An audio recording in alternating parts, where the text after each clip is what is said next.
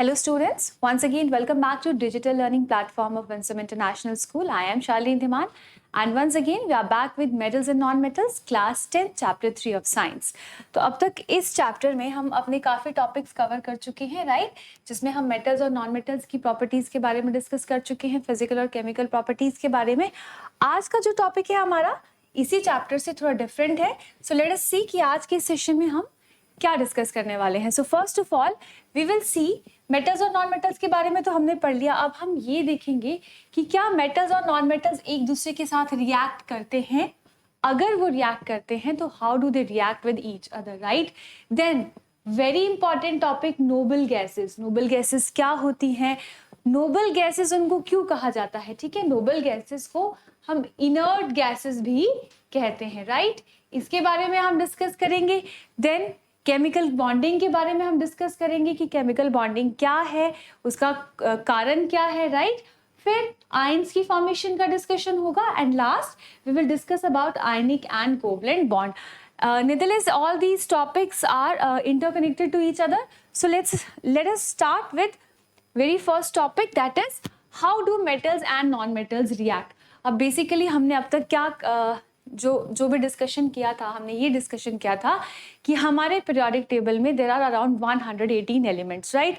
118 elements हैं जिसमें से कुछ तो मेटल्स हैं और कुछ क्या हैं, नॉन मेटल्स हैं, है ना।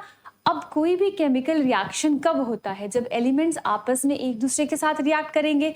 तो अब हमें ये देखना है कि क्या मेटल्स और नॉन मेटल्स जो हैं वो एक दूसरे के साथ रिएक्ट कर सकते हैं, क्या मेटल्स रिएक्ट करते हैं, या जो नॉन मेटल्स हैं वो किसी दूसरे नॉन मेटल के साथ रिएक्ट करते हैं।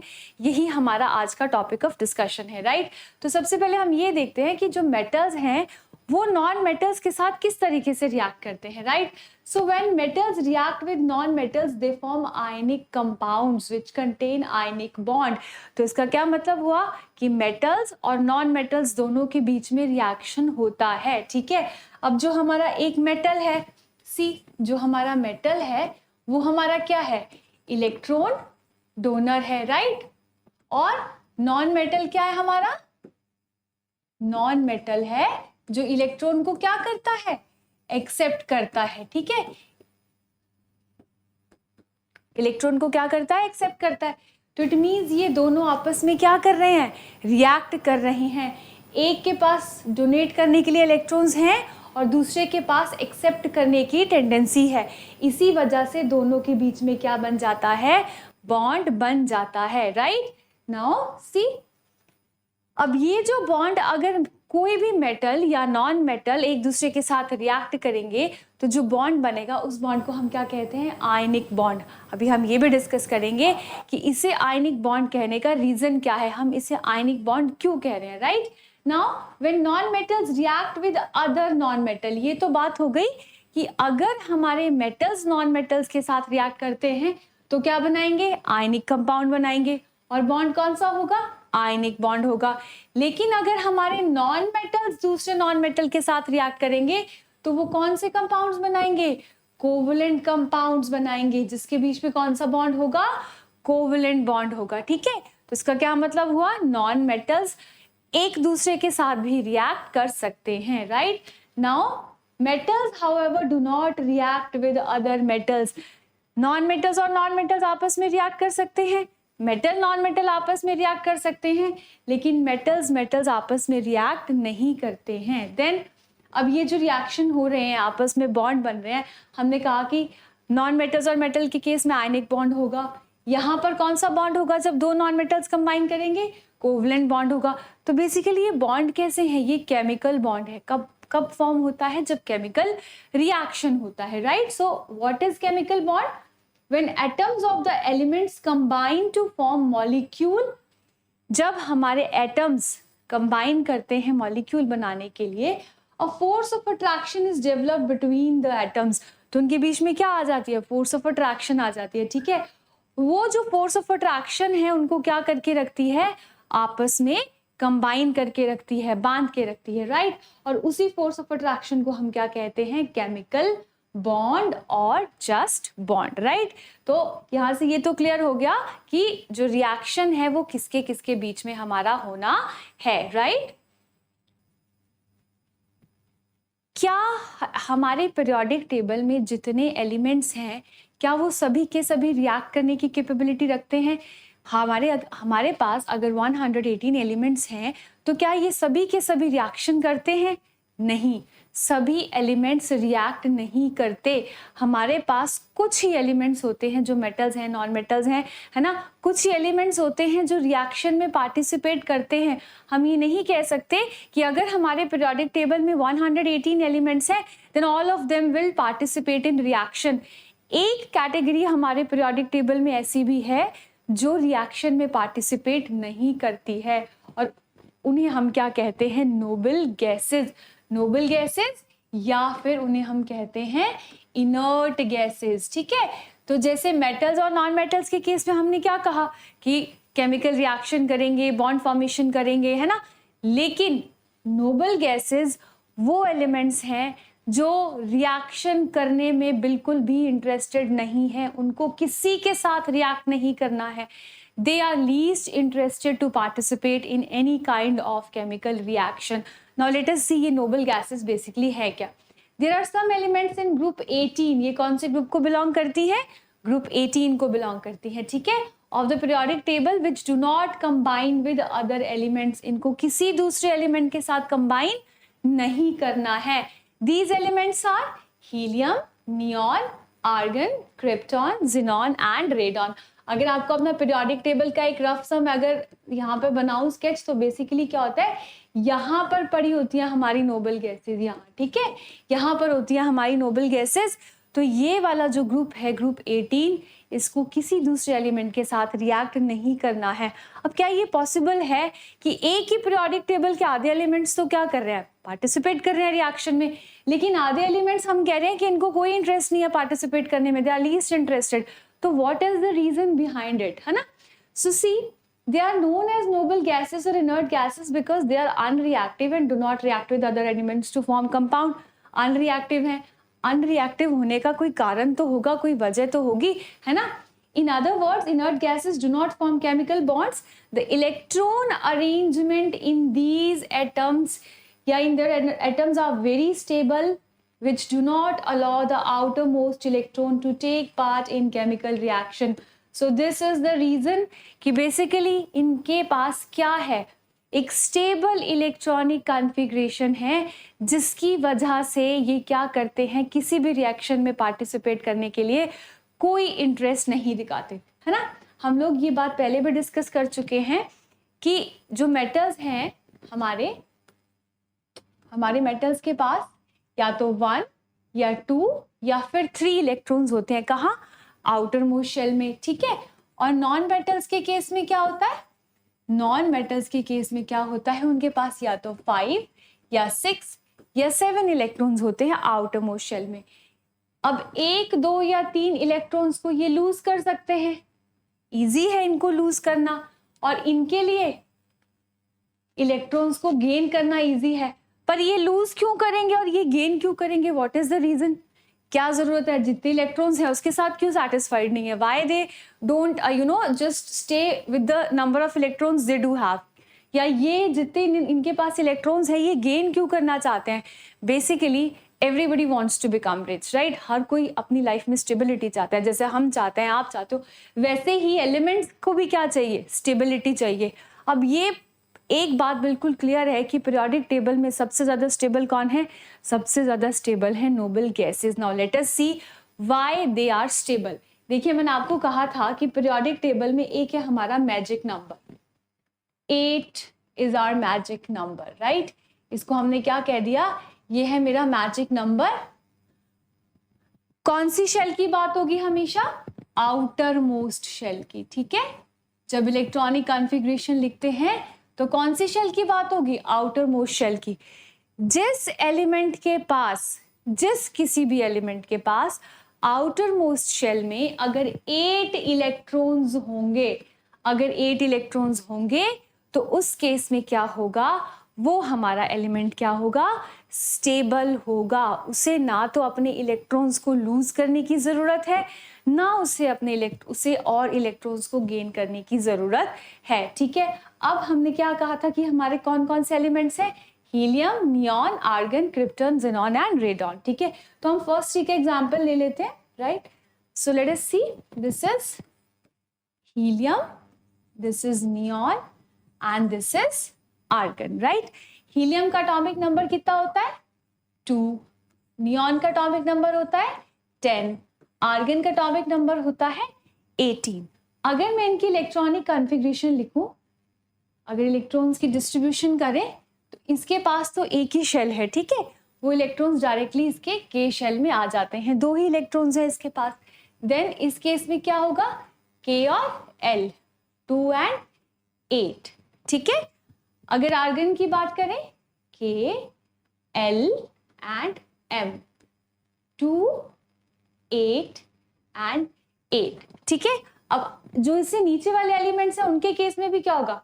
उनके आउटर मोस्ट शेल में भी कितने इलेक्ट्रॉन्स होंगे? 8 ही इलेक्ट्रॉन्स होंगे। तब आप एक सिमिलैरिटी देखिए इन इलेक्ट्रॉन्स में, 8 इलेक्ट्रॉन्स ही नियॉन के पास हैं, 8 इलेक्ट्रॉन्स ही आर्गन के पास हैं, 8 ही किसके पास होंगे? ज़ेनॉन के पास होंगे, 8 ही किसके पास होंगे? रेडॉन के पास होंगे। सिर्फ एक हीलियम हमारा ऐसा एलिमेंट है जिसके पास कितने इलेक्ट्रॉन्स आउटर मोस्ट शेल में? 2 इलेक्ट्रॉन्स हैं। तो ऐसा हर एलिमेंट जिसके पास आउटर मोस्ट शेल में कितने इलेक्ट्रॉन्स हैं? 8 इलेक्ट्रॉन्स हैं, उसे हम क्या कहते हैं? स्टेबल एलिमेंट कहते हैं, या फिर वो क्या होता है? केमिकली अनरिएक्टिव होता है। पीरियोडिक टेबल का हर एलिमेंट चाहता है कि उसके पास ये वाली इलेक्ट्रॉनिक कॉन्फ़िगरेशन आए जहां पर number of electrons outermost shell में कितने हो? 8 हो, ना तो 8 से ज्यादा हो ना 8 से कम हो। अगर 8 से ज्यादा होंगे तो एलिमेंट क्या करेगा? एलिमेंट जो है वो अपने इलेक्ट्रॉन को क्या कर देगा? लूज करना चाहेगा। क्या करना चाहेगा? अपने इलेक्ट्रॉन्स को लूज करना चाहेगा, जिससे कि ज्यादा है तो वो कम हो जाए और वो स्टेबल इलेक्ट्रॉनिक कॉन्फ़िगरेशन को अचीव कर ले। और अगर उसके पास कम है, अगर उसको ज़रूरत पड़ रही है 1 इलेक्ट्रॉन की या 2 इलेक्ट्रॉन की या 3 इलेक्ट्रॉन की, तो उस केस में वो क्या करेगा? इलेक्ट्रॉन्स को गेन करेगा। तो वो कौन सी कैटेगरी होगी? नॉन मेटल्स की। सिर्फ एक हमारा ग्रुप है, ग्रुप 18, जो केमिकली अनरिएक्टिव है क्योंकि उसके पास स्टेबल इलेक्ट्रॉनिक कॉन्फ़िगरेशन है, ठीक है। सिर्फ हीलियम ही एक ऐसा हमारा एलिमेंट है जिसकी जो स्टेबल है और जिसकी आउटर मोस्ट शेल में कितने इलेक्ट्रॉन्स हैं? 2 इलेक्ट्रॉन्स हैं। ये फिर भी स्टेबल है क्योंकि इसके पास आउटर मोस्ट शेल यही है, ठीक है।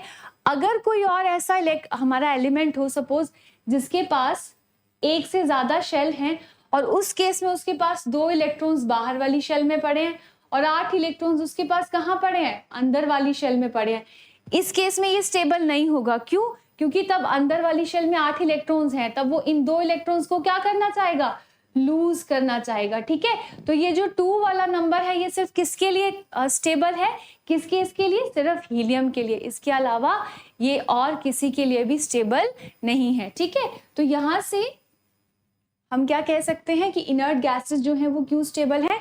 Because they have a stable noble gas configuration having 8 electrons in their outermost shell, right? Now, let us see, we have already discussed this configuration. Now see, atoms having 8 electrons और 2 electrons, है ना? 2 electron किसके case में? Helium के case में। So atoms having 8 electrons और 2 electrons in the outermost shell are very stable and unreactive. Unreactive क्यों? अब 8 इलेक्ट्रॉन्स हैं, उनको लूज नहीं करने हैं, they are not interested to lose their electron, ना ही उनको गेन करने हैं, उनको नहीं चाहिए, वो already they are satisfied with their electronic arrangement. तो जब ना तो लूज करेंगे ना गेन करेंगे तो किसी तरीके की केमिकल रिएक्शन नहीं होगी, केमिकल बॉन्ड इन्वॉल्वमेंट नहीं होगी, तो वो कैसे होंगे? अनरिएक्टिव होंगे, ठीक है। Now 8 always impart stability to an atom, but 2 electrons in the outermost shell impart stability only when the outermost shell is the first shell. कहने का मतलब है कि अगर 2 इलेक्ट्रॉन हैं तो वो स्टेबल सिर्फ किस केस में कहलाएंगे? हीलियम के केस में। क्यों?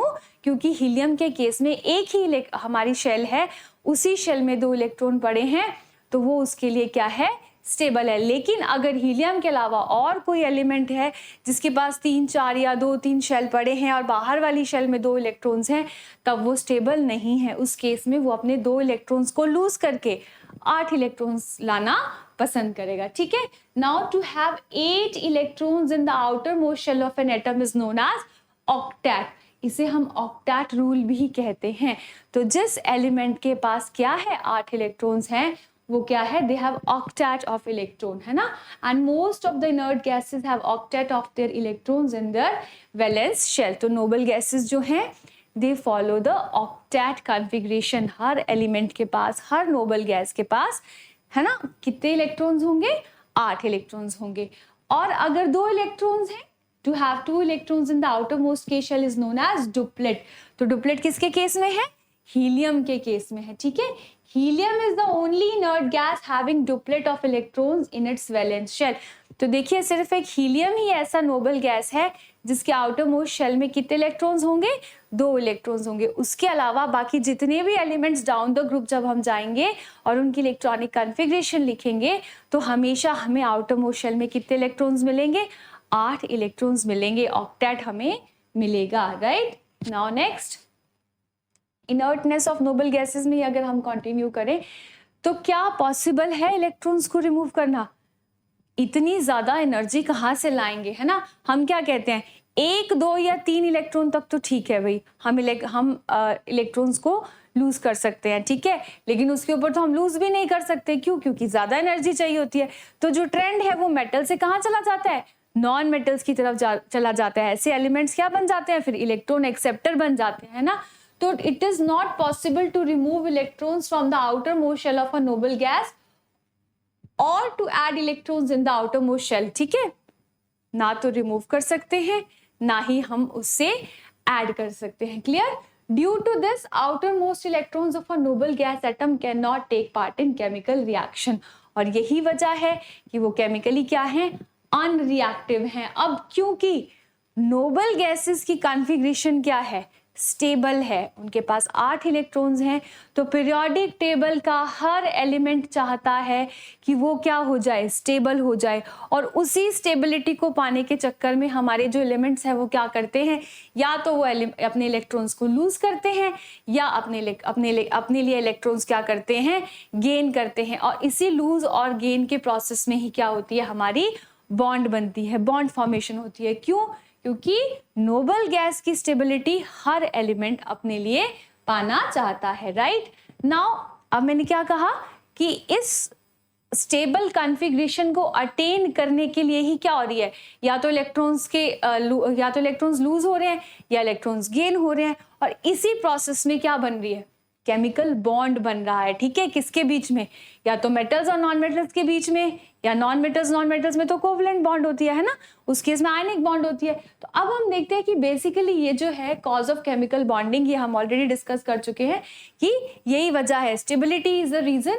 All the atoms have a tendency to achieve the inert gas electron arrangement of 8 electrons और 2 इलेक्ट्रॉन्स, कि हर एलिमेंट चाहता है मैं स्टेबल हो जाऊं, या तो मेरी आउटर मोस्ट शेल में 8 इलेक्ट्रॉन्स हो या मेरी आउटर मोस्ट शेल में 2 इलेक्ट्रॉन्स हो, ठीक है, and become more stable. So an atom can achieve the inert electronic configuration in 3 ways. तो वो कैसे कर सकता है, अब कोई भी एलिमेंट है अगर वो स्टेबल होना चाहता है तो वो क्या कर सकता है, या तो वो क्या करेगा, बाय लूजिंग 1 और मोर इलेक्ट्रॉन्स, या तो अपने इलेक्ट्रॉन्स को लूज करेगा, एक कर सकता है, एक से ज्यादा कर सकता है, या इलेक्ट्रॉन्स को गेन करेगा, 1 और मोर इलेक्ट्रॉन्स को गेन कर सकता है, ठीक है, या फिर वो क्या करेगा, अपनी इलेक्ट्रॉन्स को शेयर करेगा। अब अगर उसकी टेंडेंसी ना तो लूज करने की है ना इलेक्ट्रॉन्स को गेन करने की है, पर वो चाहता है कि मैं स्टेबल हो जाऊं, element still wants to become stable, तो वो क्या करेगा, वो कॉम्प्रोमाइजिंग सिचुएशन में आकर के क्या करेगा, इलेक्ट्रॉन्स को क्या कर लेगा, शेयर करेगा, ठीक है। वो both the atoms will compromise with each other, ना एक दूसरे से कोई उनको ये नहीं है कि एक डोनेट करेगा या दूसरा एक्सेप्ट करेगा, वो क्या कर लेंगे, आपस में इलेक्ट्रॉन्स को शेयर कर लेंगे, शेयर करके दोनों क्या करेंगे, अपना ऑक्टेट कंप्लीट करने की कोशिश करेंगे, ठीक है। तो these are the 3 ways by which any element other than noble gas tries to achieve the noble gas configuration, right? Now, the chemical reaction in which the inert gas electronic arrangement is achieved by loss and gain of electrons. अब ऐसे elements जो या तो अपने electrons को loose करके या electrons को गेन करके स्टेबल नोबल गैस कॉन्फ़िगरेशन को अचीव करें, वो किसके बीच में होगी? मेटल्स के और नॉन मेटल्स के। Very obvious. ये कौन है? ये लूज करने वाले हैं, और ये कौन है? ये गेन करने वाले हैं।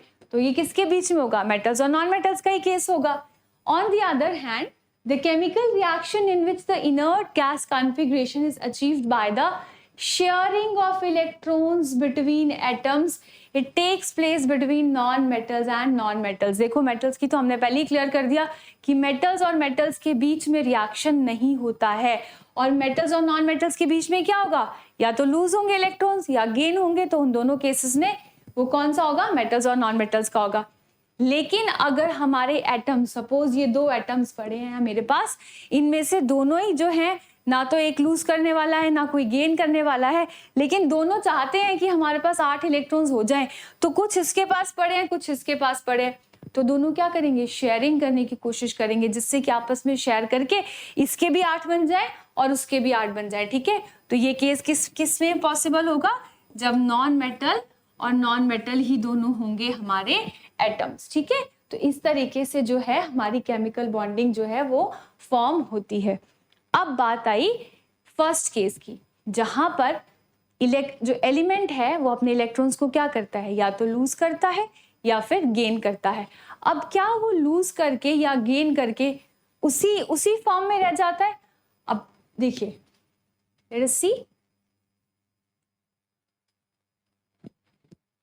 ये है मेरा सोडियम। सोडियम के पास कितने इलेक्ट्रॉन्स होते हैं?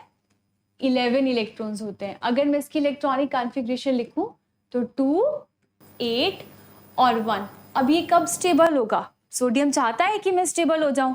वो कब स्टेबल होगा? जब उसके पास ये इतने ही इलेक्ट्रॉन्स होंगे, जब उसके आउटर मोस्ट शेल जो है ये हट करके ये बन जाए। ठीक है, तो ये सोडियम क्या चाहेगा कि अब मैं अपने इलेक्ट्रॉन को, ये जो आउटर मोस्ट शेल में मेरा इलेक्ट्रॉन पड़ा है, इसको मैं लूज कर दूं, इसको मैं हटा दूं, जिससे कि मेरी आउटर मोस्ट शेल कौन बन जाए? 8 बन जाए। तो ये क्या करेगा? ये अपने एक इलेक्ट्रॉन को लूज कर देगा और क्या बन जाएगा? Na पॉजिटिव बन जाएगा। अब ये तो क्या था? सोडियम एलिमेंट था। ठीक है, अब ये क्या बन गया? ये बन गया मेरा आयन। कौन सा वाला? पॉजिटिव चार्ज जिसके ऊपर होता है उसको क्या कहते हैं? कैटायन। ठीक है, तो बेसिकली आयन क्या है? Ion is an electrically charge atom और ग्रुप ऑफ एटम। तो देखिए चार्ज आ गया इसके ऊपर। कौन सा चार्ज आया? पॉजिटिव चार्ज आया। ये चार्ज नेगेटिव भी हो सकता है। नेगेटिव कब होगा? जब उसके पास क्या होगा? फॉर एग्जाम्पल क्लोरीन का एग्जाम्पल ले लेते हैं। क्लोरीन का एटॉमिक नंबर कितना होता है? 17। ठीक है, अगर मैं इसकी इलेक्ट्रॉनिक कॉन्फ़िगरेशन लिखूं 2, 8 एंड 7, अब 7 इलेक्ट्रॉन लूज करना इम्पॉसिबल है। इतनी एनर्जी कहां से लाएंगे? तो उसके लिए इजी मेथड क्या है क्लोरीन के लिए? कि 7 तो ऑलरेडी है, एक इलेक्ट्रॉन ऐड कर लिया इसने, तो ये यहाँ पे भी क्या हो जाएगा? 8 बन जाएगा। और इसके आउटर मोस्ट शेल में भी कितने इलेक्ट्रॉन्स हो जाएंगे? 8 इलेक्ट्रॉन्स हो जाएंगे। ऑक्टेट कंप्लीट हो जाएगा। तो क्लोरीन क्या करता है? बजाय लूज करने के एक इलेक्ट्रॉन को गेन कर लेता है, और कौन सा चार्ज आ जाता है? Cl negative. तो चार्ज पॉजिटिव भी हो सकता है, चार्ज नेगेटिव भी हो सकता है, और ये हमारे क्या है? आयन है। इस केस में तो इसको क्या कहा हमने? कैटायन। और जिसके पास नेगेटिव चार्ज होगा वो मेरा क्या होगा? वो होगा anion. Right? So an ion is an electrically charge atom. या तो एक एटम हो सकता है या फिर वो ग्रुप ऑफ एटम्स भी हो सकता है। An ion is formed by either loss or gain of electrons by an atom, so it contains an unequal number of electrons and protons. There are two types of ions, cations and anions. ये हम बात कर चुके। अब बारी आती है electrons और प्रोटॉन्स की। Very important.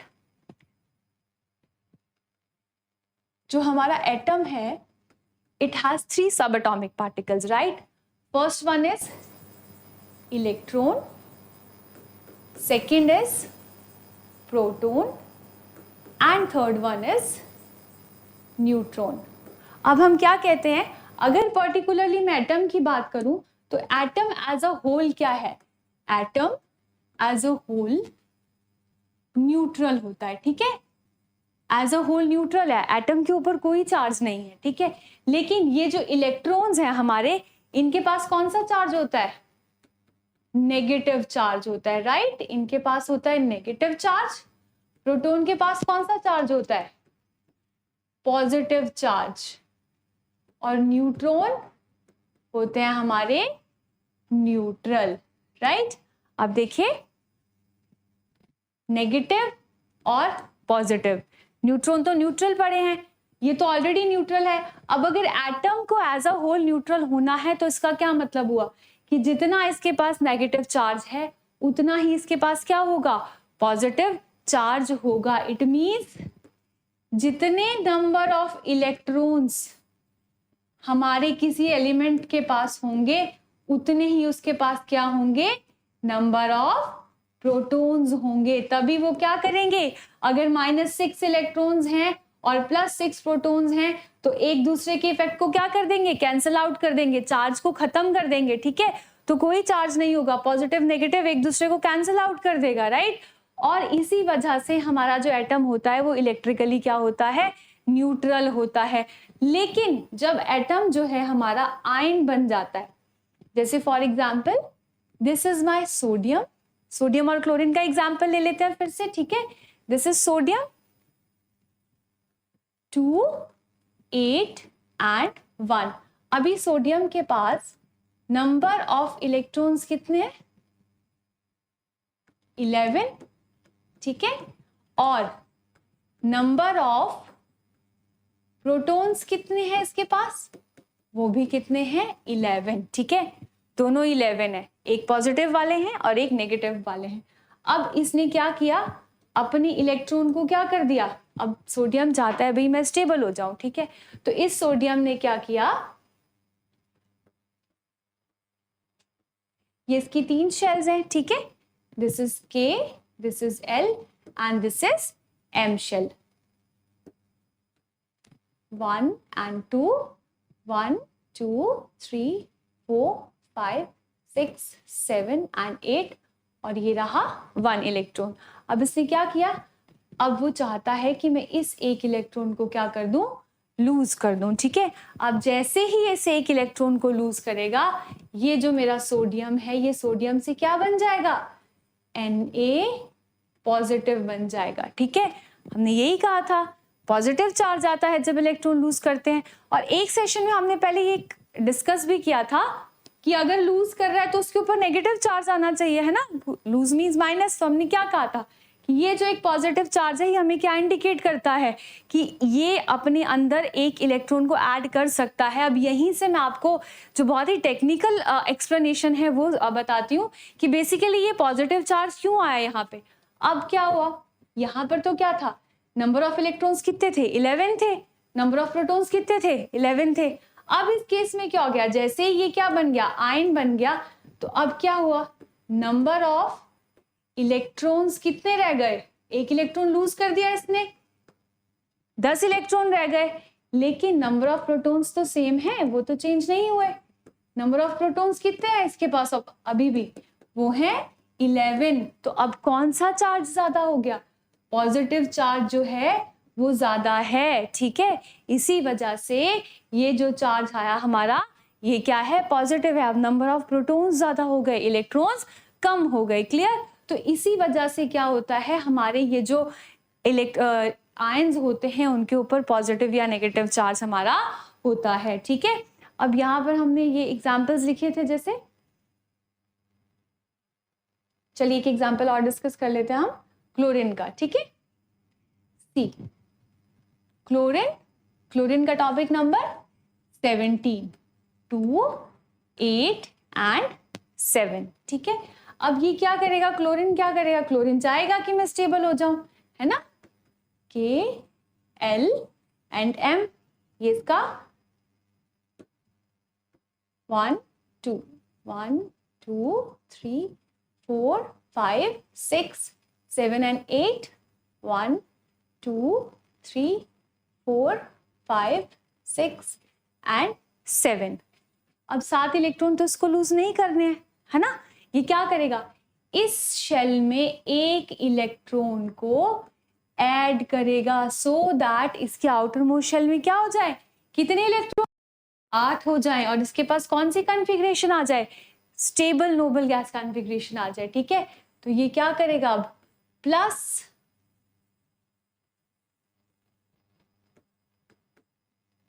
+1 इलेक्ट्रॉन, और ये क्या बन जाएगा, Cl नेगेटिव। अब देखिए, जब तो ये सिर्फ क्लोरीन था, जब तो ये क्लोरीन एटम था, तो इसके पास नंबर ऑफ इलेक्ट्रॉन्स कितने थे, 17 थे। ठीक है, और इसके पास नंबर ऑफ प्रोटॉन्स कितने थे, वो भी 17 थे, दोनों क्या थे, बराबर थे। लेकिन जैसे ही ये क्या बन गया, जैसे ही ये क्लोराइड आयन बना, क्या बना, क्लोराइड आयन बन गया, तो अब इस केस में नंबर ऑफ इलेक्ट्रॉन्स कितने हो गए, अब इसके पास एक्स्ट्रा इलेक्ट्रॉन आ गया, पहले कितने थे इसके पास, 17 थे, अब ये क्या कर रहा है, एक इलेक्ट्रॉन ऐड कर रहा है ना, तो अब नंबर ऑफ इलेक्ट्रॉन्स कितने हो जाएंगे, 18 हो जाएंगे, है ना। लेकिन नंबर ऑफ प्रोटॉन्स कितने रह जाएंगे, नंबर ऑफ प्रोटॉन्स रह जाएंगे 17। तो ये तो है हमारे पॉजिटिव चार्ज में, है ना, और ये है हमारा नेगेटिव चार्ज। तो कौन सा चार्ज ज्यादा हो गया, नेगेटिव चार्ज ज्यादा हो गया। ठीक है, तो इसी तरीके से हमारे जो आयंस हैं उनके ऊपर पॉजिटिव या नेगेटिव चार्ज आता है। अब इस केस में किसकी वैल्यू ज्यादा हो रही है, नेगेटिव चार्ज की वैल्यू ज्यादा हो रही है, नंबर ऑफ इलेक्ट्रॉन्स जो है वो ओवर पावर कर रहे हैं। ठीक है, तो इसीलिए जब एटम होता है तो वो as a whole electrically neutral होता है, क्योंकि उसके पास नंबर ऑफ इलेक्ट्रॉन्स और प्रोटॉन्स बराबर होते हैं। लेकिन जब वो आयन बनता है तो नंबर ऑफ इलेक्ट्रॉन्स कम भी हो सकते हैं, नंबर ऑफ इलेक्ट्रॉन्स ज्यादा भी हो सकते हैं। ठीक है, नाउ नेक्स्ट,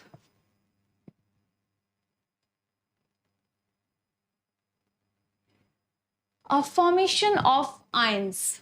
या हमें समझ आ गया कि अगर 1, 2 या 3 इलेक्ट्रॉन्स आउटर मोस्ट शेल में, तो वो क्या करेगा, लूज करेगा इलेक्ट्रॉन्स को। ठीक है, इसके ऊपर अब हमें ज्यादा बात करने की जरूरत नहीं है। और अगर क्या है तो वो कौन सा आयन बनाएगा, वो क्या बनाएगा, कैटाइन बनाएगा, है ना। सोडियम से क्या बन जाएगा हमारा, सोडियम आयन बन जाएगा। पोटाशियम से क्या बन जाएगा हमारा, ये बन जाएगा Na पॉजिटिव। पोटाशियम से क्या बन जाएगा, पोटाशियम आयन। ठीक है, जिसको हम कहेंगे K पॉजिटिव, राइट। एल्यूमिनियम से क्या बन जाएगा, एल्यूमिनियम आयन।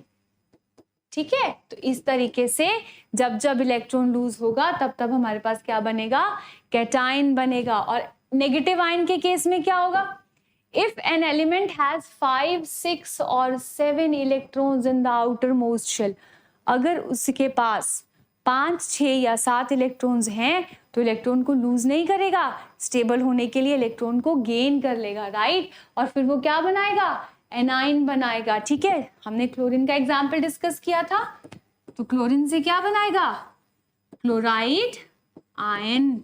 ऑक्सीजन से क्या बनाएगा, ऑक्साइड।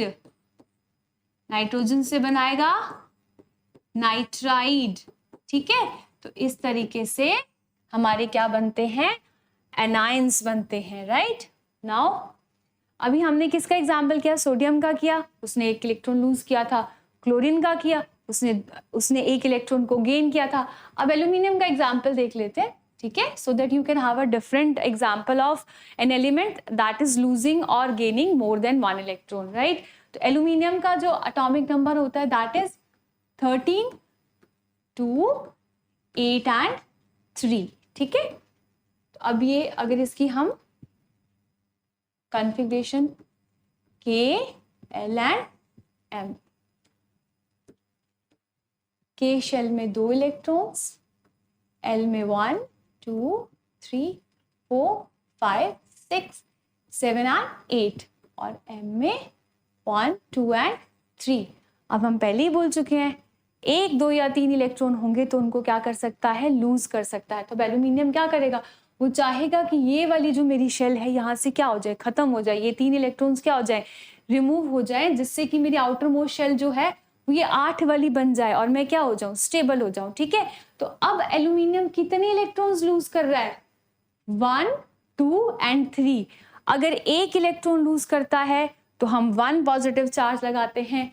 अगर वो 3 इलेक्ट्रॉन लूज कर रहा है तो हम एल्यूमिनियम के ऊपर कितना चार्ज लगा देंगे, 3 पॉजिटिव। इसका क्या मतलब हुआ, इसे कितने इलेक्ट्रॉन्स लूज किए, 3 इलेक्ट्रॉन्स लूज किए, ठीक है। सिमिलरली ये तो हो गया हमारा पॉजिटिव चार्ज वाला एग्जाम्पल। अगर मैं ऑक्सीजन की बात करूं या नाइट्रोजन की बात करूं, नाइट्रोजन के पास कितने इलेक्ट्रॉन्स होते हैं, 7, ठीक है। See here, this is nitrogen. Nitrogen का एटॉमिक नंबर होता है 7, 2 and 5, ठीक है। अगर इसका हम KLNM शेल बनाए, K एंड L 2 ही शेल बनेंगे इसके, ठीक है। K के पास 2 इलेक्ट्रॉन्स, L के पास 1, 2, 3, 4, 5। अब ये क्या करेगा, ये इलेक्ट्रॉन को क्या करना चाहेगा, गेन करना चाहेगा। इसके लिए क्या पॉसिबल होगा, ये क्या, इसके लिए क्या इजी होगा, इसके लिए इजी होगा कि यहाँ पर लूज करना तो मुश्किल है, क्या इजी होगा कि यहाँ पर ये क्या ऐड कर ले, 3 इलेक्ट्रॉन्स को ऐड करके क्या बन जाए, 2 और 8 बन जाए, ठीक है। तो इस तरीके से जितनी रिक्वायरमेंट होती है हमारा एलिमेंट उतने ही इलेक्ट्रॉन्स को क्या कर सकता है, गेन कर सकता है। अगर ऑक्सीजन की बात करूं, ऑक्सीजन एटॉमिक नंबर 8, 2 and 6, ठीक है। अगर इसका K और L शेल बनाए हम, 1, 2, 1, 2, 3, 4, 5, 6, ठीक है। 6 इलेक्ट्रॉन्स इसके पास आ गए। अब क्या इसके लिए 6 इलेक्ट्रॉन्स लूज करना पॉसिबल है, नहीं। इसके लिए क्या इजी है कि ये 2 इलेक्ट्रॉन्स को गेन करे और इस आउटर मोस्ट शेल को क्या बना दे, 2 और 8 बना दे। तो उस केस में ये जो मेरा ऑक्सीजन है ये कितने इलेक्ट्रॉन्स गेन कर लेगा, 2 इलेक्ट्रॉन्स गेन करेगा और इसके ऊपर कौन सा चार्ज आ जाएगा, O2 नेगेटिव, ठीक है। वैसे ही जब नाइट्रोजन ने कितना इलेक्ट्रॉन गेन किया था, इसने 3 इलेक्ट्रॉन्स गेन किए थे, तो इसके ऊपर कौन सा चार्ज आ जाता, N3 नेगेटिव। तो जितने नंबर ऑफ इलेक्ट्रॉन्स को अगर लूज करेगा तो उतना चार्ज उसके ऊपर लगाएंगे। अगर सपोज मेरा ये कोई एलिमेंट है, अगर ये 3 इलेक्ट्रॉन्स को लूज कर रहा है तो मैं 3 पॉजिटिव लगा दूंगी। अगर ये 3 इलेक्ट्रॉन्स को गेन कर रहा है तो मैं क्या लगा दूंगी, 3 नेगेटिव। तो depending on the number of electrons, या तो लॉस्ट या फिर gain, our charge is fixed, right. Now next, अब ये हमें यहाँ क्लियर हो गया कि अगर लॉस या गेन होता है उस केस में आयंस बनते हैं और यही आयंस आपस में कंबाइन करेंगे और क्या बनाएंगे, हमारी आयनिक बॉन्ड बनाएंगे। और ये लॉस और गेन वाला खेल किसके बीच में चल रहा है, मेटल्स और नॉन मेटल्स के बीच में, right. So basically N ionic bond is formed when one of the atom can donate. Donate कौन करता है, मेटल, ठीक है। So one of the atom can donate electrons to achieve the inert gas electronic configuration and the other atom needs electron to achieve the inert gas electronic configuration. तो देने वाला कौन है, मेटल है, और जरूरत किसकी होती है, नॉन मेटल की। तो इसका क्या मतलब हुआ कि जब जब मेटल और नॉन मेटल एक दूसरे के साथ कंबाइन करेंगे तब कौन सा बॉन्ड बनेगा, तब बनेगा आयनिक बॉन्ड। क्यों, क्योंकि पहले वो एटम से कौन सी फॉर्म में जाएंगे, आयन की फॉर्म में जाएंगे, और वो आयन्स एक दूसरे के साथ कंबाइन करके कौन सा बॉन्ड बनाएंगे, आयनिक बॉन्ड बनाएंगे, ठीक है। So when a metal reacts with non metal, transfer of electrons takes place from metal atom to non metal atom and an ionic bond is formed. तो कौन किसको ट्रांसफर करेगा, मेटल के पास पड़े हैं, वो अपने इलेक्ट्रॉन्स किसको दे देगा, नॉन मेटल को दे देगा, ठीक है। और कौन सा बॉन्ड बन जाएगा, ionic bond. So let us see the very first example, formation of sodium chloride. ये जो हमारा सोडियम क्लोराइड है ये कैसे फॉर्म होता है, इसको हमने कंसीडर किया है आयनिक कंपाउंड में। तो ये आयनिक कंपाउंड क्यों है ना। सी, सोडियम क्लोराइड का फॉर्मूला क्या होता है, NaCl, है ना। अब हम क्या करेंगे, पहले तो हम Na की इलेक्ट्रॉनिक कॉन्फ़िगरेशन लिखेंगे, फिर हम Cl की इलेक्ट्रॉनिक कॉन्फ़िगरेशन लिखेंगे।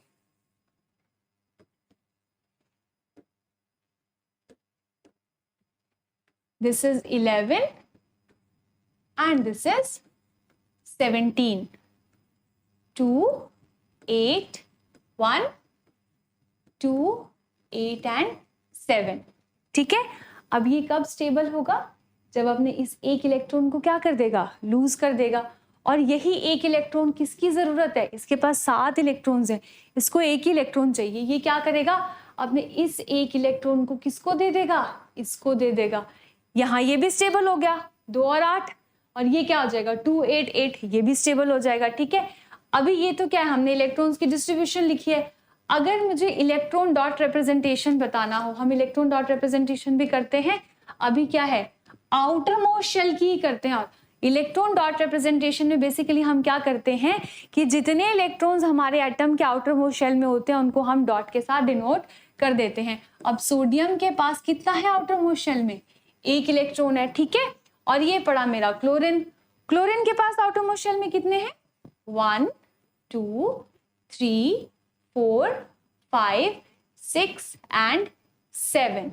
ठीक है, अब ये सोडियम क्या करता है, अपना ये इलेक्ट्रॉन जो है वो इसको ट्रांसफर कर देता है। ठीक है, ये स्टेबल इसके साथ और ये स्टेबल एक इलेक्ट्रॉन डाल करके 2 8 8 के साथ। तो जब ये अपना एक इलेक्ट्रॉन लूज करेगा तो ये क्या बनाएगा, Na पॉजिटिव, और ये इस एक इलेक्ट्रॉन को गेन कर लेगा तो क्या बनाएगा, Cl नेगेटिव। और यही दोनों आपस में फिर क्या करेंगे, बॉन्ड बनाएंगे। ये जो बेसिकली देखिए ये जो इलेक्ट्रॉन ये इसको डोनेट करेगा, यहां से ये जो इलेक्ट्रॉन की डोनेशन होगी यहाँ पे क्या बन जाएगा, आयनिक बॉन्ड बन जाएगा, Na positive plus Cl negative, और ये बना देंगे हमारा NaCl आयनिक कंपाउंड। ठीक है, इस तरीके से हमारा क्या बनेगा, ये NaCl का फॉर्मेशन होगा। Right, now let us see one more example, potassium chloride. तो पहले क्या करते हैं, एक तरफ हम पोटेशियम लिख लेते हैं, एक तरफ हम क्लोरीन लिख लेते हैं। पोटेशियम का एटॉमिक नंबर होता है 19, क्लोरीन का होता है 17। तो इसका हमारा जो कॉन्फ़िगरेशन है KLM कॉन्फ़िगरेशन 2 8 8 एंड 1। ठीक है, और इसका इलेक्ट्रॉनिक कॉन्फ़िगरेशन 2 8 और 7। तो पोटेशियम कब स्टेबल होगा, जब वो इसे एक इलेक्ट्रॉन को लूज कर देगा। और ये कब स्टेबल होगा, इसको एक ही इलेक्ट्रॉन की जरूरत है, तो ये क्या करेगा, फटाफट से इस इलेक्ट्रॉन को क्या कर लेगा, गेन कर लेगा। ठीक है, और जब गेन करेगा वो ट्रांसफर करेगा तो इन दोनों के बीच क्या बन जाएगी, बॉन्ड बन जाएगी। ठीक है, तो बेसिकली होगा क्या, ये क्या बन जाएगा, अगर मैं इसकी क्या लिखूं, इसका इलेक्ट्रॉन डॉट रिप्रेजेंटेशन लिख लेते हैं एक बार। क्लोरीन के पोटेशियम के आउटर मोस्ट शेल में कितना इलेक्ट्रॉन, 1 इलेक्ट्रॉन है ना, और क्लोरीन 1 2 3 4 5 6 एंड 7। तो ये अपना इलेक्ट्रॉन इसको डोनेट करेगा। जैसे ही इसने इलेक्ट्रॉन को डोनेट किया, ये क्या बन जाएगा, अपना इलेक्ट्रॉन लूज करते ही K पॉजिटिव, और ये क्या बन जाएगा, Cl negative. Now positive and negative will attract each other and they will form a bond and they will form a compound called potassium chloride। ठीक है, तो इस तरीके से कौन सा बॉन्ड बनेगा हमारा, पोटेशियम क्लोराइड। ठीक है, कौन सा कंपाउंड फॉर्म होगा, potassium chloride. Now next, formation of magnesium chloride. Magnesium chloride कैसे फॉर्म होगा, अगर आपको क्लास 9th अगर माइंड में हो, आपने अच्छे से की हो, तो हम क्या करते हैं, हम केमिकल फार्मूलाज निकालते हैं ना। जैसे हमने कहा कि ये NaCl होता है, इसका फॉर्मूला, पोटेशियम का KCl होता है। तो ये हमने ऐसे तो नहीं निकाल दिया है ना, ये इसका एक बाकायदा प्रोसेस होती है ना। आउटर मोस्ट शेल में जितनी ये वैलेंसीज हैं उनको हम क्रॉस मल्टीप्लाई करते हैं, है ना, तभी क्या बनता है, बॉन्ड बनता है। अगर वैसे ही हम अपनी मैग्नीशियम क्लोराइड को एक बार अपना उस टॉपिक को रिवाइंड करने के लिए देखें, तो हमारा मैग्नीशियम क्लोराइड का फॉर्मूला क्या होता है, Mg एक तरफ लिख लिया, Cl एक तरफ लिख लिया। मैग्नीशियम का एटॉमिक नंबर इज 12, क्लोरीन का 17, है ना। इसका इलेक्ट्रॉनिक कॉन्फ़िगरेशन हो गया 2 8 2 2 8 एंड 7। तो फॉर्मूला निकालने के लिए हम क्या करते हैं, वैलेंसीज को क्रॉस मल्टीप्लाई करते हैं। वैलेंसी क्या होती है, आउटर मोस्ट शेल में जितने इलेक्ट्रॉन्स हो, अगर आउटरमोस्ट शेल में 1, 2 या 3 इलेक्ट्रॉन है, 4 तक है ना, अगर 4 से कम है तो वही हमारी वैलेंसी होती है, और अगर 4 से ज्यादा है तो 8 से क्या कर देते हैं, माइनस कर देते हैं। अगर 5, 6 या 7 हो तो 8 से माइनस कर देते हैं। अब यहाँ क्या है, ज्यादा है, 4 से ज्यादा है, तो 8 से माइनस कर देंगे, क्या आ जाएगा 1, और जब हम इनको क्रॉस मल्टीप्लाई करेंगे तो हमारा फॉर्मूला क्या बन जाएगा, Mg, और Cl के पास क्या चला जाएगा 2। इसका क्या मतलब है कि एक मैग्नीशियम के साथ कितने क्लोरीन अटैच्ड होते हैं, 2 क्लोरीन अटैच्ड होते हैं। ठीक है, अब हम इसको वेरीफाई भी कर लेते हैं। अब ऐसा क्यों होता है, एक मैग्नीशियम के साथ 2 क्लोरीन क्यों अटैच होते हैं। अब देखिए, मैग्नीशियम 2, 8 और 2 है ना, तो ये स्टेबल कब होगा, जब अपने कितने इलेक्ट्रॉन्स को लूज करेगा, 2 इलेक्ट्रॉन्स को लूज करेगा, है ना। अब कितने इलेक्ट्रॉन्स एक्स्ट्रा पड़े हैं इसके पास, 2 इलेक्ट्रॉन्स एक्स्ट्रा पड़े हैं। ठीक है, ये रहा Mg, ये रहे इसके 2 इलेक्ट्रॉन्स जो इसको लूज करने हैं। ठीक है, अब ये जो क्लोरीन है, एक क्लोरीन कितना ले सकता है, एक क्लोरीन को कितने इलेक्ट्रॉन्स की जरूरत होती है, एक ही की जरूरत होती है। इसका क्या मतलब हुआ कि अगर यहाँ 2 क्लोरीन है, 1, 2, 3, 4, 5, 6 एंड 7, 1, 2, 3, 4, 5, 6 एंड 7, तो ये मैग्नीशियम क्या करेगा, अपना एक इलेक्ट्रॉन इस एक क्लोरीन को डोनेट कर देगा और दूसरा इलेक्ट्रॉन इस क्लोरीन को डोनेट कर देगा, और इस तरीके से यहाँ पर क्या हो रहा है, ट्रांसफर ऑफ इलेक्ट्रॉन्स हो रहा है। जैसे ही इलेक्ट्रॉन्स को डोनेट करेगा, ये क्या बन जाएगा, Mg2 पॉजिटिव बन जाएगा। क्यों, क्योंकि ये कितने इलेक्ट्रॉन्स को डोनेट कर रहा है, 2 इलेक्ट्रॉन्स को डोनेट कर रहा है। ठीक है, 2 इलेक्ट्रॉन्स को डोनेट करते ही Mg2 पॉजिटिव बन जाएगा ये, और इसकी कॉन्फ़िगरेशन क्या हो जाएगी, फिर जैसे ही करेगा तो कॉन्फ़िगरेशन आ जाएगी 2 और 8, स्टेबल नोबल गैस कॉन्फ़िगरेशन, है ना। और ये इसके पास 8 हो गए, इसके पास भी 8 हो गए, ट्रांसफर ऑफ इलेक्ट्रॉन हो गया, तो हमारा कंपाउंड बन जाएगा MgCl2, और इसी वजह से इसको भी हम क्या कहते हैं कि ये कैसा कंपाउंड है, हमारा आयनिक कंपाउंड, राइट। तो इस तरीके से अब सबसे इंपॉर्टेंट चीज आपको क्या ध्यान रखनी है, हमने क्या कहा कि ट्रांसफर ऑफ इलेक्ट्रॉन्स किसके बीच में हो रहा है, मेटल्स और नॉन मेटल्स के बीच में। आयनिक बॉन्ड किसके बीच में बनता है, मेटल्स और नॉन मेटल्स के बीच में। मैग्नीशियम क्या है, मेटल है, क्लोरीन क्या है, नॉन मेटल है। ठीक है, तो बन गया बॉन्ड मेटल और नॉन मेटल के बीच में। अगर यहां देखें, पोटेशियम क्या है, मेटल है, क्लोरीन नॉन मेटल है। ठीक है, तो इस तरीके से मेटल और नॉन मेटल के बीच में बनता है आयनिक बॉन्ड, और ऐसे कंपाउंड्स होते हैं हमारे आयनिक कंपाउंड्स। ठीक है, अब बात करते हैं कोवलेंट बॉन्ड की। कोवलेंट बॉन्ड कब बनता है, हमने अभी इसी सेशन में थोड़ी देर पहले डिस्कस किया था कि जहां पर इलेक्ट्रॉन्स की क्या होती है, शेयरिंग होती है, ना तो लूज होते हैं इलेक्ट्रॉन्स, ना ही तो गेन होते हैं, है ना। So a covalent bond is formed when both the reacting atoms need electrons to achieve the inert gas electronic arrangement. अब दोनों को ही जरूरत है, एक को भी चाहिए, दूसरे को भी चाहिए, डोनेट करने के लिए किसी के पास नहीं है, तो वो दोनों क्या करते हैं आपस में, they just compromise with each other. ठीक है, और वो क्या करते हैं, अपने इलेक्ट्रॉन्स को शेयर कर लेते हैं, शेयर करके दोनों अपने ऑक्टेट को कंप्लीट कर लेते हैं। ठीक है, तो म्यूचुअल शेयरिंग हो जाती है इलेक्ट्रॉन्स की। And whenever a non metal, अब क्या हम क्या कह रहे हैं कि जहां दोनों ही कैसे हैं, जरूरत वाले हैं, तो जरूरतमंद कौन है पीरियोडिक टेबल में, हमारे नॉन मेटल्स, यही है इलेक्ट्रॉन एक्सेप्टर, इनको ही जरूरत है। ठीक है, तो इसका क्या मतलब हुआ कि जब जब हमारे नॉन मेटल्स एक दूसरे के साथ कंबाइन करेंगे, तब तब क्या होगा, हमारा कौन सा बॉन्ड बनेगा, कोवलेंट बॉन्ड बनेगा।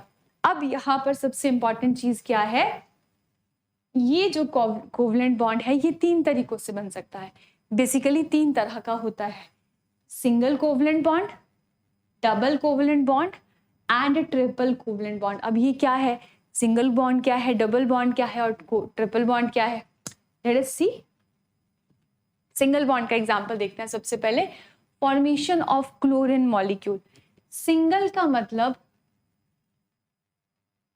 शेयरिंग की बात कर रहे हैं। कोवलेंट बॉन्ड कब बनता है, जब इलेक्ट्रॉन्स की क्या होती है, शेयरिंग होती है। सिंगल का मतलब only 1 pair of electron is shared. ठीक है, कितना पेयर इलेक्ट्रॉन का शेयर होगा? सिर्फ एक इलेक्ट्रॉन शेयर होगा। इसका बेस्ट एग्जांपल है क्लोरीन। अब देखिए दोनों नॉन मेटल है, ठीक है, ये क्लोरीन बनाना क्या है? मॉलिक्यूल बनाना है। तो अभी क्या है? ये क्या है? एटम है। लेकिन ये क्या है? This is molecule. जब दो एटम्स हैं, ठीक है, जो दो एटम्स एक दूसरे के साथ कंबाइन कर रहे हैं। अब इसका इलेक्ट्रॉन डॉट रिप्रेजेंटेशन बता देते हैं। अब हम इतनी बार लिख चुके हैं कि इसका इलेक्ट्रॉनिक कॉन्फ़िगरेशन क्या होता है? 2 8 और 7। ठीक है, आउटर मोस्ट शेल में 7 इलेक्ट्रॉन्स, तो उन 7 इलेक्ट्रॉन्स को हम यहाँ शो कर देते हैं 1 2 3 4 5 6 एंड 7। ठीक है, सिमिलरली 1 2 3 4 5 6 एंड 7। अब देखो इसके पास 7 है, इसके पास भी 7 है, इसको लेकिन एक इलेक्ट्रॉन कम पड़ रहा है कि ये 8 बन जाए। इसको भी क्या पड़ रहा है? एक इलेक्ट्रॉन कम पड़ रहा है। अब सोचो अगर ये अपने इलेक्ट्रॉन को डोनेट कर दे, ये क्यों डोनेट करेगा? फिर इसके पास 6 ही रह जाएंगे। इसके साथ भी यही केस है, अगर ये अपने इलेक्ट्रॉन को डोनेट कर दे तो इसके पास भी 6 रह जाएंगे। दोनों की जरूरत एक एक है, तो ये क्या कर रहे हैं? अभी आपस में सहमति बना के अपने इलेक्ट्रॉन को क्या कर लेंगे? शेयर कर लेंगे। Now what will they do? ये क्या करेंगे कि इस इलेक्ट्रॉन को शेयर कर लेंगे। ये क्या करेंगे? तुम्हारे भी 8 हो गए और इस वाले के भी 8 हो गए। 1 2 3 4 5 6 7 8। इसने इसके इलेक्ट्रॉन को शेयर कर लिया। 1 2 3 4 5 6 7 एंड 8। दोनों के पास कितने हो गए? 8 8 इलेक्ट्रॉन हो गए। अब क्योंकि दोनों क्या एक पेयर, दो इलेक्ट्रॉन से एक पेयर बन रहा है। अब ये जो बॉन्ड बन रही है हमारी, ये कैसी बॉन्ड है? ये है हमारी सिंगल बॉन्ड। ठीक है, ये कैसी बॉन्ड बनी? Single bond. तो ऐसे बॉन्ड जो हमारी बनती है वो कब बनती है? जब हमारे पास एक हमारा सिर्फ क्या शेयर होता है? पेयर ऑफ इलेक्ट्रॉन शेयर होता है। ठीक है, now let us see one more example. Formation of methane molecule. What is methane? बहुत बार कह चुके हैं, CH4 नेचुरल गैस है ना। कार्बन भी नॉन मेटल है, हाइड्रोजन भी नॉन मेटल है। कार्बन का एटॉमिक नंबर 6। इसकी अगर हम KLM कॉन्फ़िगरेशन लिखे तो क्या आती है? 2 एंड 4। ठीक है, हाइड्रोजन क्या है? हाइड्रोजन के पास तो बेचारा खुद ही एक इलेक्ट्रॉन है, तो उसके पास एक ही इलेक्ट्रॉन है। अब अगर हम देखें कि ये, अब मैं कह रही हूं कि इसमें सारे बॉन्ड सिंगल हैं, तो कैसे? ये रहा मेरा एक कार्बन, ठीक है, और ये रहा एक हाइड्रोजन, ये दूसरा हाइड्रोजन, ये मेरा तीसरा हाइड्रोजन और ये मेरा चौथा हाइड्रोजन। ठीक है, अब ये जो कार्बन है इसके आउटर मोस्ट शेल में कितने इलेक्ट्रॉन्स हैं? 4। अब ये 4 इलेक्ट्रॉन्स की रिप्रेजेंटेशन दिखा देते हैं हम।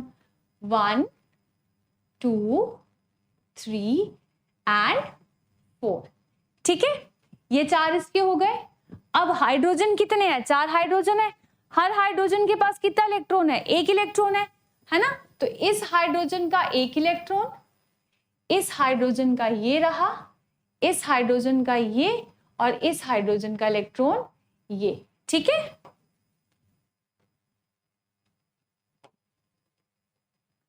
सबके इलेक्ट्रॉन्स हमने इलेक्ट्रॉन डॉट रिप्रेजेंटेशन बता दिया यहाँ पे। ठीक है, अब हमें ये देखना है कि क्या इनका ऑक्टेट कंप्लीट हो रहा है। हाइड्रोजन के केस में क्या होगा? ये स्टेबल कब होगा? जब ये एक इलेक्ट्रॉन को गेन कर लेगा और कितने इलेक्ट्रॉन्स आ जाएंगे? 2। हमने कहा था ना डुप्लेट। तो ये कौन सी, किसकी कॉन्फ़िगरेशन है? हीलियम की। तो हीलियम की स्टेबल कॉन्फ़िगरेशन को अचीव कर लेगा हाइड्रोजन, है ना। तो हाइड्रोजन के लिए पॉसिबल है स्टेबिलिटी अटेन करना। और कार्बन कब करेगा?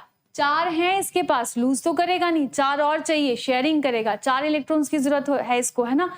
तो अब ये कार्बन क्या करेगा? हर हाइड्रोजन का एक एक इलेक्ट्रॉन अपने लिए क्या कर लेगा? शेयर कर लेगा। अब ये देखिए, ये हो गई हमारी म्यूचुअल शेयरिंग। इसने क्या कर लिया? ये सारे इलेक्ट्रॉन्स को शेयर कर लिया। अब कार्बन के पास इलेक्ट्रॉन काउंट करो, 2 + 2 4 + 2 6 + 2 8। अब अगर ये इलेक्ट्रॉन शेयर हो रहे हैं, ठीक है, और हाइड्रोजन को कितने चाहिए? 2। तो ये हाइड्रोजन अपना एक इलेक्ट्रॉन और एक कार्बन का, like this.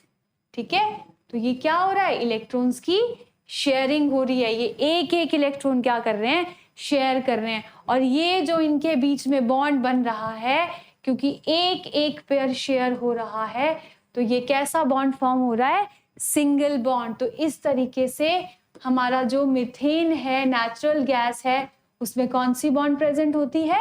Single bond present होती है. So this is how we express the bond formation and we say that why single bond is present और डबल बॉन्ड इज प्रेजेंट. तो ये हो गया हमारा CH4 का एग्जाम्पल.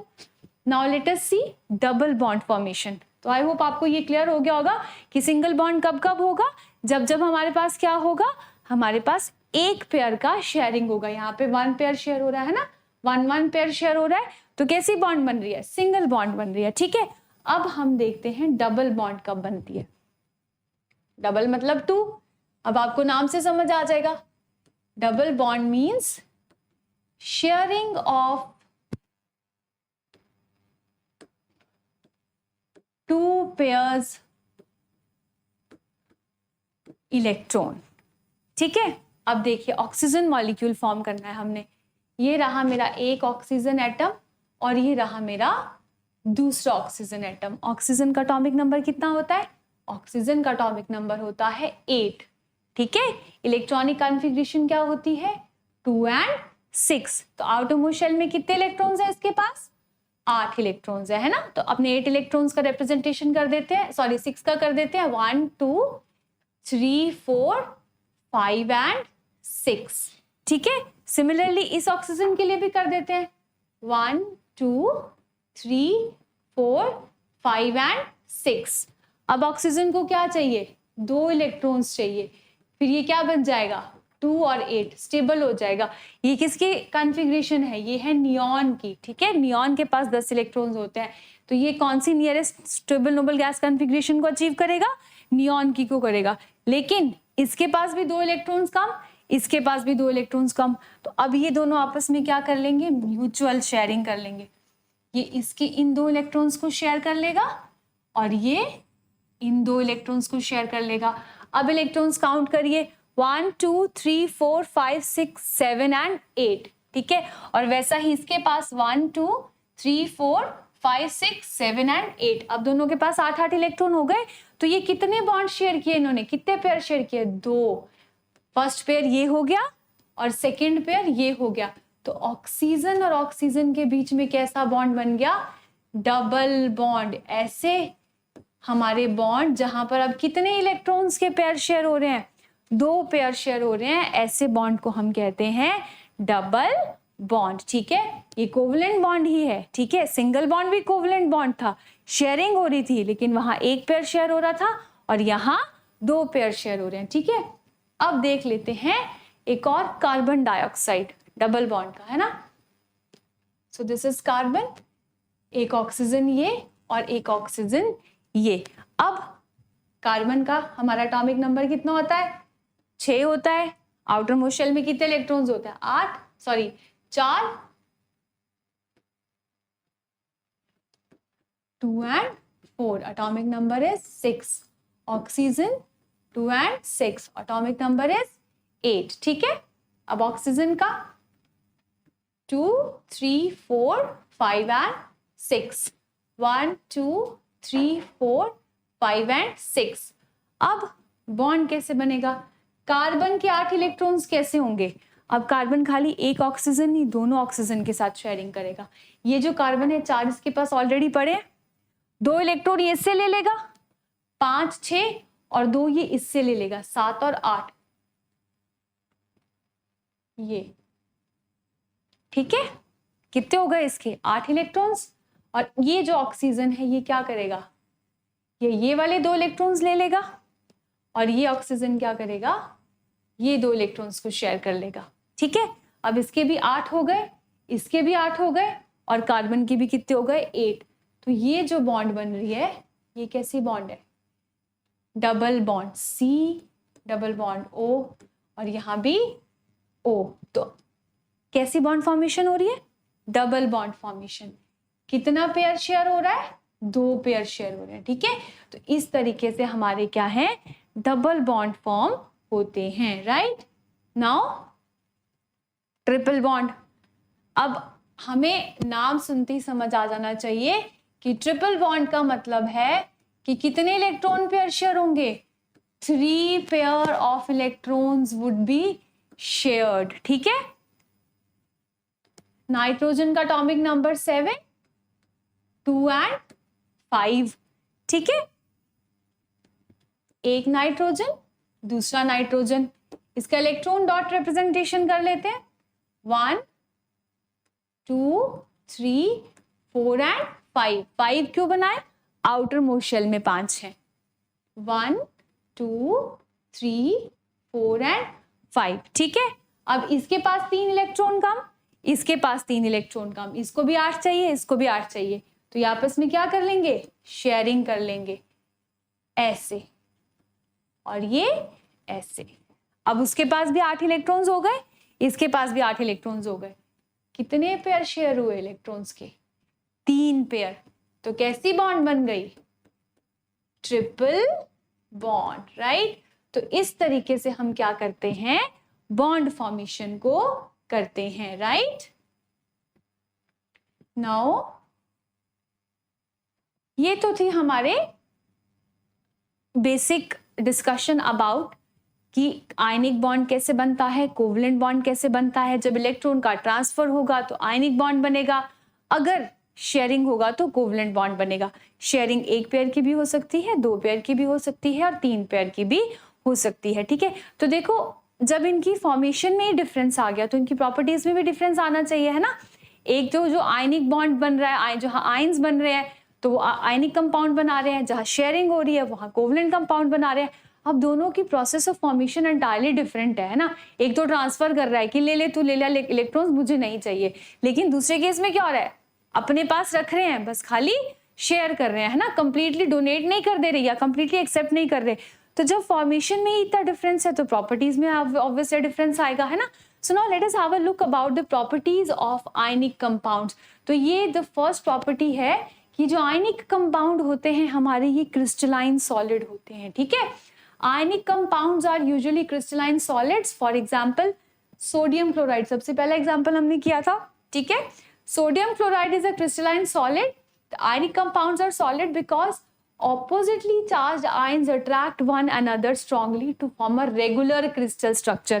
अब क्योंकि वो पॉजिटिव और नेगेटिव चार्ज की अट्रैक्शन से बनते हैं, ठीक है, तो वो क्या बना देते हैं? एक रेगुलर क्रिस्टल स्ट्रक्चर बना देते हैं। ठीक है, और इसी वजह से ये जो आयनिक कंपाउंड्स होते हैं हार्ड होते हैं, ब्रिटल होते हैं। ठीक है, नाउ सेकेंड, अब अगर हार्ड हैं तो मेल्टिंग पॉइंट भी क्या होगा? हाई होगा। ठीक है, बॉइलिंग पॉइंट भी क्या होगा? हाई होगा।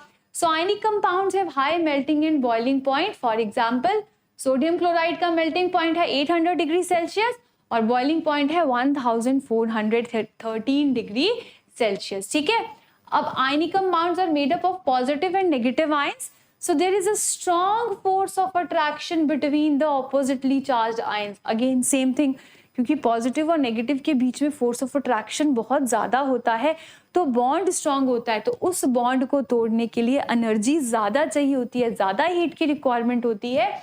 इसी वजह से मेल्टिंग पॉइंट, बॉइलिंग पॉइंट क्या होता है?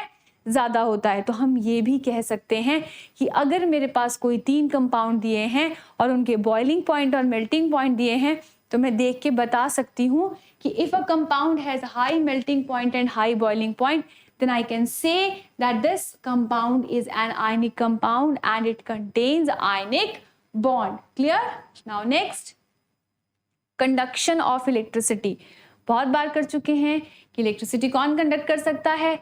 जिसके पास फ्री इलेक्ट्रॉन्स या फ्री आयंस हो, और ये तो बनी आयन से रहा है ना, ionic compound.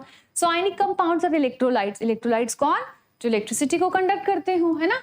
Ionic compounds conduct electricity because they contain charged particles called ions. ठीक है, उनके पास क्या है? आयंस है। लेकिन एक चीज आपको ध्यान रखनी है, solid ionic compounds are made up of ions but they do not conduct electric current in solid state. Solid state में नहीं कर सकते इलेक्ट्रिसिटी कंडक्ट। क्यों?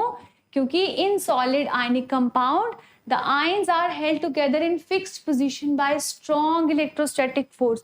अब जब वो सॉलिड फॉर्म में है तो जो उनकी पोजीशन है वो फिक्स्ड है। ठीक है, उसको हमें वो जो उसके आयंस है वो फ्री नहीं हो रहे हैं। ठीक है, तो आयंस जो है वो फ्रीली मूव नहीं कर सकते। लेकिन जब हम उसी अपने कंपाउंड को डिसॉल्व कर देते हैं, when we dissolve the ionic solid in water और मेल्ट इट, इसको अगर मोल्टन फॉर्म में ले जाते हैं तो क्या होता है, जो क्रिस्टल स्ट्रक्चर होता है वो टूट जाता है and ions become free to move and conduct electricity. तो ध्यान रखेंगे कि अगर सॉलिड फॉर्म में है तो जो हमारा क्रिस्टल स्ट्रक्चर है वो फिक्स्ड है, जो आयंस है वो टाइटली पैक्ड हैं, फ्रीली मूव नहीं कर सकते।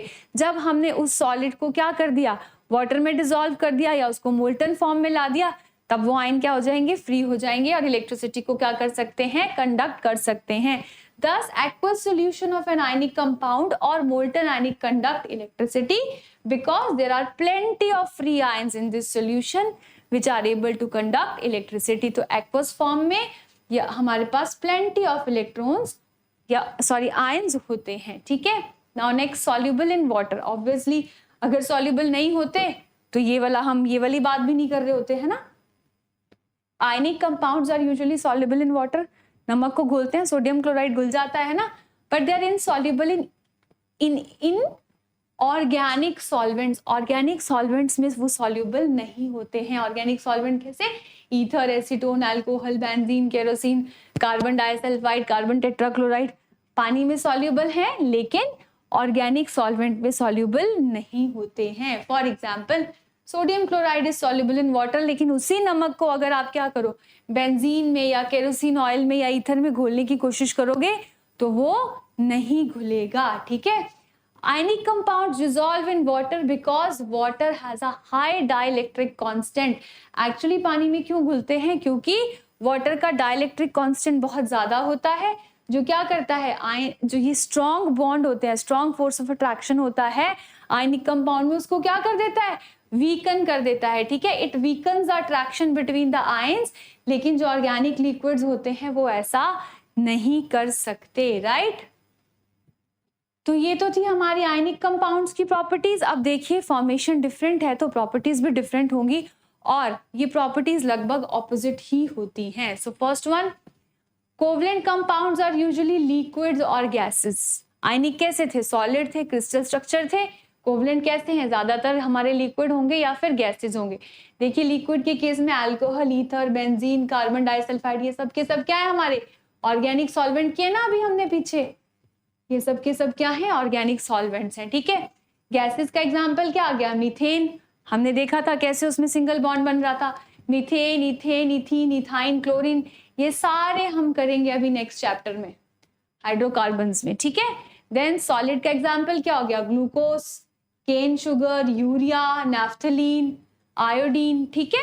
तो ये सारे हमारे क्या हैं, ये कोवलेंट कंपाउंड्स लिक्विड हो सकते हैं, सॉलिड हो सकते हैं और गैसेस भी हो सकते हैं।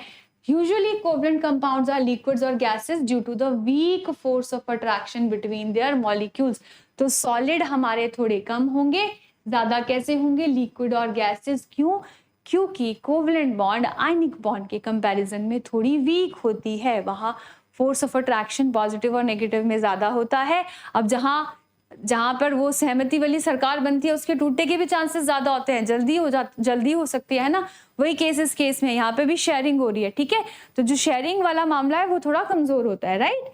Now next, covalent compounds have usually low melting and boiling point. Ionic का ज्यादा, कोवलेंट का कम। तो अब ऑब्वियसली अगर फोर्स ऑफ अट्रैक्शन क्या है, कम है, वीक है, तो मेल्टिंग और बॉइलिंग पॉइंट भी कम होगा। Covalent compounds are made up of electrically neutral molecules, है ना।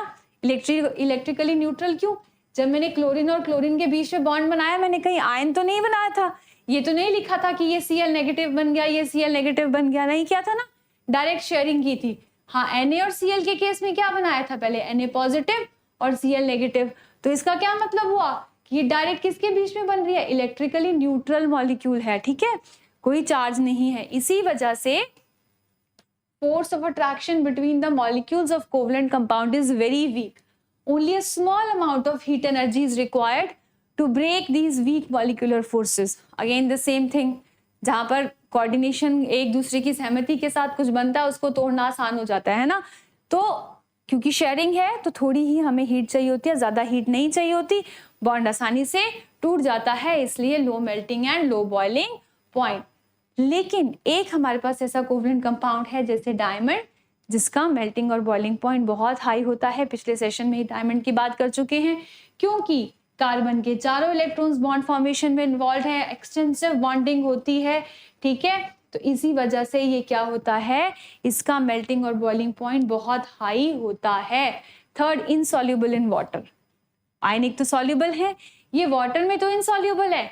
Covalent compounds are usually insoluble in water but soluble in organic solvent. उल्टा हो गया, वो ऑर्गेनिक में सॉल्युबल नहीं थे, ये ऑर्गेनिक में सॉल्युबल है। For example, naphthalene is insoluble in water but dissolves in organic solvent like ether. Naphthalene क्या होता है, फिनाइल की गोलियां हम घर में यूज करते हैं ना कपड़ों में रखने के लिए, so that they are not they are not destroyed by the insects, right?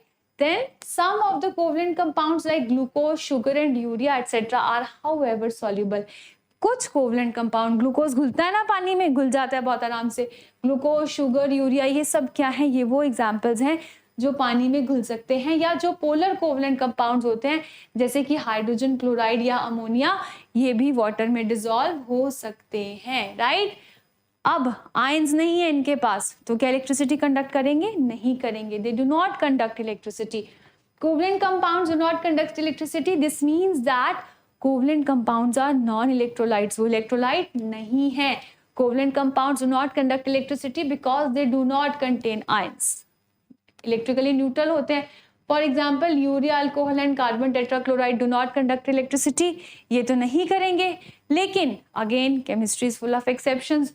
जो पोलर कंपाउंड्स हैं जैसे हाइड्रोजन क्लोराइड हो गया, हमारे हाइड्रोजन क्लोराइड गैस हो गई, ये क्या कर सकते हैं, अगर हम इसको क्या करें, वाटर में डिसॉल्व करें तो इलेक्ट्रिसिटी को कंडक्ट कर सकते हैं। So I think this was all about the properties of ionic compounds and covalent compounds. This is a small comparison between these two. You can have a look कि ये कैसे हैं, क्रिस्टलाइन है, ये लिक्विड और सॉलिड है, इनका melting और बॉइलिंग पॉइंट ज्यादा, इनका कम। ये इलेक्ट्रिसिटी कंडक्ट कर सकते हैं, ये नहीं कर सकते हैं। ये पानी में सॉल्युबल हैं, ये नहीं है। ये इनसॉल्युबल हैं ऑर्गेनिक सॉल्वेंट्स में, और ये सॉल्युबल हैं ऑर्गेनिक सॉल्वेंट्स में। So that was all about today's topics. ये हमारी बात हो गई आयनिक कंपाउंड्स की, कोवलेंट कंपाउंड्स की, कैटायन फॉर्मेशन की, एनायन फॉर्मेशन की, सिंगल बॉन्ड, डबल बॉन्ड।